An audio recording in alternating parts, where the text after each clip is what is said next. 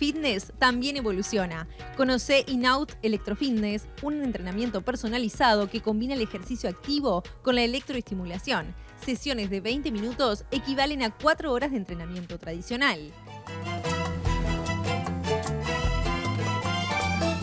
Muy bien, seguimos en la mira como les anunciábamos con el presidente del INAU, Pablo Dala. Muchas gracias por estar, Pablo. Encantado, Gabriel. Gracias por la invitación. Y estamos con el regreso de Leticia Martínez.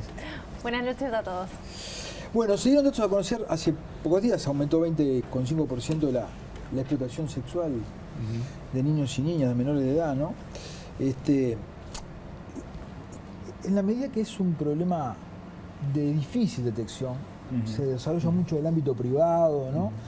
¿Cuáles son las herramientas que el INAU tiene para poder, digamos, incrementar la detección temprana, ¿no? De eso? Probablemente más de una, pero yo señalaría dos como centrales, como fundamentales. Una es el propio Estado y su presencia en el territorio. Todo lo que podamos extender al INAU a nivel de los distintos territorios, de los barrios de Montevideo, de las localidades del interior, ayuda a la detección temprana.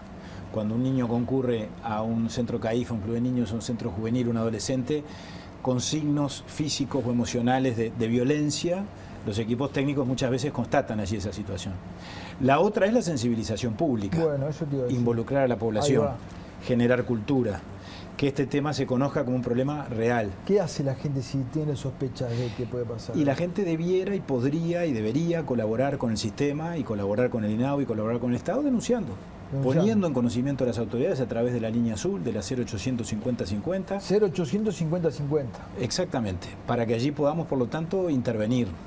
El país es un país serio, creo que están dadas las garantías para todos, incluso para los propios violentos, para que tengan un juicio justo, porque vivimos en un país donde el debido proceso y las garantías rigen para todos, y creo que las garantías permiten también que cualquier denuncia falsa o simplemente una alerta que no tenga fundamento o sustento quede claramente descartada. Ahora, ¿por qué hace tanto tiempo, digamos, que este tema viene sin un control? Yo sé que es difícil, es un tema muy difícil de controlar, no se diferencia mucho de otro tipo de delitos, digamos, que han ido creciendo todos, digamos, ¿no? Pero vos ves realmente que haya algo que pueda provocar un quiebre en esto para detectar más. Yo con relación a esto, Gabriel, te diría que tengo sensaciones contradictorias. Por un lado, la preocupación de un fenómeno que crece y se agrava, y de una sociedad que en algún sentido se nos deteriora en estos aspectos. No quiero transmitir un mensaje ni resignado ni pesimista, pero evidentemente la desestructuración familiar creciente que tenemos en la sociedad moderna, no quiero hablar exclusivamente del Uruguay, seguramente no nos pasa a nosotros solos, la incidencia de las adicciones, en fin, todos los factores que conducen a que haya más violencia en el seno familiar y que por lo tanto esta se concrete en los niños como víctimas, es algo que nos debe alarmar. Ahora, ¿por qué digo que tengo sensaciones contradictorias? Porque veo que a pesar de todo, desde el Estado, desde el sistema, desde la sociedad civil y desde la alianza entre el Estado y la sociedad civil, creo que vamos dando pasos por lo pronto en cuanto a actuar sobre el fenómeno, en cuanto a reaccionar adecuadamente, en cuanto a la protección de las víctimas, en cuanto a la identificación de los culpables, y con relación a eso asocio muchos elementos, desde la propia creación del CIPIAB y del CONAPES oportunamente, que son los sistemas interinstitucionales, hasta la modificación del régimen procesal penal, donde la víctima ha adquirido una centralidad muy importante en el proceso y a partir de lo cual, entre Fiscalía e INAU, por ejemplo, actuamos de consumo y complementariamente precisamente en esa contención inicial de las víctimas que resulta tan importante en el caso de los niños, ¿no? ¿Y crees que esto que vos mencionabas que nos está pasando como sociedad tiene que ver con que este fenómeno hace más o menos 10, 11 años que viene creciendo y no se ha podido frenar? Bueno, yo creo que es la expresión de una, digamos, de una evolución negativa o de un deterioro progresivo, como se lo quiera llamar, que es absolutamente incuestionable. Que por supuesto no es ni debe ser definitivo, porque no podemos resignarnos, pero no podemos hacer de cuenta que lo que pasa no pasa. Esa es una realidad que rompe los ojos y muchas veces en los últimos tiempos hemos tenido la tendencia de encontrar refugio o excusa en la pandemia, ¿no? Desde hace un año y medio, el 13 de marzo del año pasado se declaró la pandemia, entonces hemos encontrado un poco en la pandemia la excusa para explicar determinadas cosas. Se ha dicho, no, la violencia contra los niños creció porque hubo un aislamiento necesario durante periodos prolongados y por lo tanto el agresor y el agredido estuvieron conviviendo más tiempo del que habitualmente convivían. Está bien, en alguna medida eso aconteció. Ahora, creo que ese argumento se destruye, o por lo menos se relativiza si analizamos la evolución de los números con relación a los años anteriores. Lo que nos pasó en el 2020, pero lo que nos pasó en el 18, en el 17, en el 16. Creo que ahí hay un aspecto bueno también para señalar. La violencia contra los niños no empezó, no la trajo la sociedad moderna, es histórica como el ser humano. La explotación sexual lo mismo. Ahora, antes de pronto no se visualizaba, o antes había componentes culturales donde los niños eran una mercancía. Es decir, y donde por lo tanto los adultos actuaban hasta por reflejo con relación a los niños como si fuera una suerte de objeto en función de lo cual los adultos podían disponer con relación a él de la manera que mejor les satisficiera. Bueno, ese es un modelo que está en retirada, pero que sin embargo yo creo que a determinados niveles todavía se resiste a retirarse. Está bien eso que decís. Ahora, vivimos en una sociedad moderna donde estamos hablando de una cantidad de leyes sobre derechos individuales, ¿no? Donde los medios de comunicación te traen mucho, lo que pasa antes era invisible, ¿no? Pero ¿no te parece también que el sistema político, el sistema en general, da pocas señales de que los niños son importantes? O sea, hace décadas, no atribuir a ningún gobierno en particular, que tenemos una educación que se nos viene cayendo. Tenemos 3 veces más gasto social, o 2,5, se está cortando, en adultos que en niños, ¿no? Uruguay estuvo 10 años para aprobar la Convención de los Derechos del Niño, que aprobaron en el 90 en las Naciones Unidas, y recién en el 2000. ¿No pensás que hay también desde la superestructura unas señales poco claras? Totalmente, yo creo, Gabriel, y lo digo como integrante del sistema político, que lo soy y no reniego, y lo he sido toda mi vida, creo que nos cuesta mucho a los dirigentes políticos y le cuesta mucho al país instalar este tema en el centro de la discusión y del análisis. Muchas veces enjuagamos nuestras conciencias desde el sistema político asignándole recursos al INAU, por ejemplo. Es como el padre que solamente lleva plata. Algo por el estilo. Que en eso yo creo que no puede haber reproches posibles, porque todos los gobiernos, y ha sido acumulativo, y el que yo represento, por cierto, no ha sido la excepción, al INAU le asignamos presupuestos que son incrementales. O sea que aquí no hay un problema de falta de recursos como excusa de lo que se hace o se deja de hacer. En tal caso sí, lo que me parece que nos está faltando es que la sociedad tenga este tema entre las prioridades y asuma lo mucho que se juega en esta etapa de la vida. Porque a veces tenemos también la tendencia a creer que ocupándonos de la educación, que es central y es de una importancia absolutamente excluyente, con eso alcanza para ocuparnos de los niños. Y esa es una parte muy importante, pero no es todo lo que atañe a las políticas de infancia y adolescencia. Es una complejidad mucho mayor. Sí, claro. Es decir, la definición y la concepción de un niño, de un adolescente como sujeto de derecho y todo lo que se dispara desde ahí. Esa es la parte que a mi juicio nos está faltando en cuanto a instalar el tema en la agenda. Está bien. Hablabas de sensibilización y de visibilización. ¿Qué está haciendo el INAU para poner justamente este tema sobre la mesa? Estamos haciendo todo lo que a nuestro alcance esté. Definimos el año pasado entre las 4 líneas estratégicas una que tiene mucho que ver con esto, que es el fortalecimiento institucional del INAU. No en una señal de vanidad institucional, de creernos importantes o de en todo caso tratar de tener un protagonismo hueco o vano o vacío, pero sí en términos de que si la rectoría, como lo establece el Código de la Niñez, porque nuestra legislación es muy avanzada, si uno lee el Código de la Niñez, advierte que está muy bien hecho y que reconoce y que dice lo que tiene que decir. El tema después cuando pasamos al plano de los hechos. Ahora, el artículo 68 define al INAU como el órgano rector en materia de políticas de infancia y adolescencia. Nosotros a partir de allí, ¿qué queremos hacer? Bueno, queremos que el INAU no sea simplemente un organismo de reparto o de segundo o de tercer orden, sino que claramente se lo visualice como un organismo central en lo que tiene que ver con la definición de las políticas públicas. Venimos, por ejemplo, instalando consejos honorarios departamentales en todo el país, con participación y presencia de todos los organismos que están vinculados a las políticas de infancia. Hay aspectos en la ley de urgente consideración, Gabriel, que este es un debate bien interesante y que yo creo que es una decisión positiva del actual gobierno, que tiene que ver con haber instalado o incorporado al INAU en el gobierno de la educación, en la gobernanza de la educación.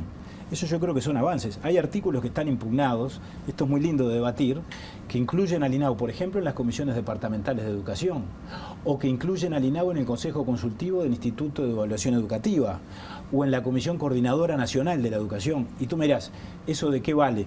Yo creo que tiene que ver con una concepción, que es la que decíamos hoy antes de empezar esta nota. El INAU no es solo el amparo, no es solo la protección del niño que está siendo vulnerado. Es eso, por supuesto, y eso es, sin duda, un cometido originario y urgente. Pero el INAU también es la promoción de los derechos, tiene que intervenir, tiene que ser escuchado a la hora de definir las políticas educativas. Y me parece que buen comienzo es este de habernos incluido en todo lo que respecta a la ley de educación. Hay mucho por debatir y por definir todavía en cuanto a los temas de diseño y de modelo y a los temas de fondo. ¿Cómo hay que hacer para interiorizarse y para sumarse a este plan de familia amiga? Conectarse con el INAU a través de, de las vías de comunicación, de la página web, del el correo que es familiaamiga.inau.gov.uy. Inmediatamente, por lo tanto, el INAU allí va a responder, el programa Familia y Cuidados Parentales. Estamos teniendo mucho éxito en la ampliación del sistema de acogimiento familiar. Iniciamos una campaña el 17 de agosto en presencia del Presidente de la República y al cabo de 2 o 3 meses de vigencia de esa campaña logramos incorporar casi 350 familias al sistema. Esto evita la institucionalización. No estrictamente la institucionalización, sino la internación. Porque se trata de niños que están institucionalizados en el sentido de que están a cargo del INAU, están bajo la tutela del Estado. Desde el punto de vista administrativo. Técnico, si vamos al caso. Técnico. Ahora, ¿cuál es la diferencia sustantiva? ¿Qué es lo que vale? Que ese niño a cargo del Estado y del INAU, en lugar de ser incorporado a un centro de 24 horas, crece, vive y crece en un ámbito familiar. Claro. Mientras se procesa su situación, o se define si vuelve con su familia original, si todavía hay chance de que vuelva, o si sale en un proceso de adopción. Es muy importante esto, y este avance a mí me tiene muy contento porque fueron casi 350 familias en 60 o 70 días, que supera ese número todo lo que pudimos acrecer el sistema a lo largo del año 2020.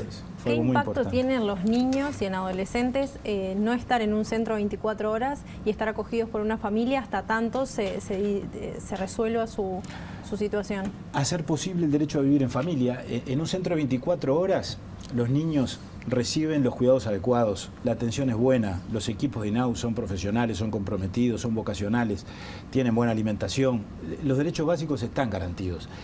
Pero yo siempre digo, el Estado puede ser buen tutor, pero no es buen padre ni madre. Es decir, eso que da la familia y solo la institución familiar y que el Estado no llega a darlo, es lo que en tal caso posibilitamos en esa etapa crucial de la vida, donde cada día cuenta como una eternidad. Porque es mucho eso lo que se define en la cabecita de un niño, en la conformación emocional de un niño, en los primeros 1000 días de la primera infancia ni que hablar, pero en toda la etapa de la niñez. De manera que el propósito es, mientras trabajamos por una estrategia de egreso, o de que ese niño, como muchas veces con éxito lo logramos, vuelva con su padre, con su madre, o con referentes parentales que no son padre y madre, pero con su familia original, digamos. O eventualmente, si eso no se puede, que salga en adopción, que ese lapso que muchas veces puede ser relativamente prolongado, porque estas cosas no se dirimen en días, a veces llevan meses, a veces llevan años, es mejor tenerlos a cargo de una familia amiga, que les dé todo ese calor y todo ese afecto, con el seguimiento del INAU, que en un centro de 24 horas. Hurgando entre las neuronas, la neurociencia llegó a la conclusión de que lo más importante es una caricia. Exacto. El apego, del que tanto se habla. Recién mencionabas que en los 60, 70 días desde que lanzaron la campaña creció mucho el número de familias que se apegaron a este sistema. ¿Cuántos niños faltan poder ingresar en ese sistema? O mejor dicho, ¿cuántas familias faltan para que esos niños puedan tener un hogar y no estar en un centro 24 horas? Partimos de la base de que no todos se van a vincular a familias amigas permanentemente. O sea, el tema es bajar sobre todo, no hay que verlo tanto en términos de compartimentos, cuántos están en los centros, cuántos con familias amigas. Lo que tenemos que lograr bajar es el tiempo de permanencia en los centros 24 horas. Porque muchas veces un chico entra a un centro 24 horas, pero al poco tiempo se lo puede vincular con una familia amiga. De pronto, por determinadas circunstancias, deja de estar a cargo de una familia y vuelve temporalmente al centro. Lo que hay que lograr es bajar el promedio de permanencia en las residencias, que es altísimo. Cuando nosotros asumimos estaba en 52 meses promedio. O sea, estamos hablando de casi 2 años o 1 año y medio. Es muchísimo. Algunos están poquito tiempo, otros cumplen la mayoría de edad. ¿52 meses? No. Claro. Promedio. Ah, promedio. Eso incluye naturalmente, la adolescencia es un capítulo aparte, ¿no? Ahí tenemos un problema muy serio que habría que visibilizarlo mucho, de los adolescentes que van quedando y no salieron en un proceso de adopción, porque las familias no quieren adoptar niños y grandes y menos adolescentes, y por lo tanto cumplieron la mayoría de edad en INAU. Y si para ellos no vamos construyendo estrategias de egreso en cuanto a la primera experiencia laboral o a que retomen la continuidad educativa, es un problema padre, ¿no? Me contaron el otro día una historia tremenda, ¿no? Si bien que llegó el momento de irse, no se veía ahí. Sí, claro. Bueno, de hecho nosotros estamos aprobando prórrogas permanentemente después de los 18 años. Nuestra competencia llega hasta los 18, pero cuando cumplen los 18 y no tienen a nadie afuera, no hay referente afectivo que se haga cargo, que les dé apoyo. Qué terrible. ¿Qué hace el Estado? ¿Se desentiende? ¿Y pasa que en familia amiga se dan estas situaciones? Que el niño que está a cargo de una familia amiga no cumple los 18 años y no haya podido o ser adoptado o vuelto a la familia de origen? Puede pasar, pero seguramente allí la situación de ese niño, las probabilidades o posibilidades de que tenga otra actitud espiritual y de que tenga otra mirada hacia la vida y otras posibilidades de insertarse en el mercado de trabajo. Una puerta donde golpear. Exactamente. Son sin duda mayores. Hay historias maravillosas, ¿no? Porque la casuística es amplísima. Pablo, muchísimas gracias. A ustedes por invitarme, como siempre. Un tema tan importante. Muchas gracias, Gabriel y Leticia. Gracias, Leti. Gracias a ustedes. Nos hasta la semana que viene, último programa. Último programa del año. Que pasen bien. Gracias.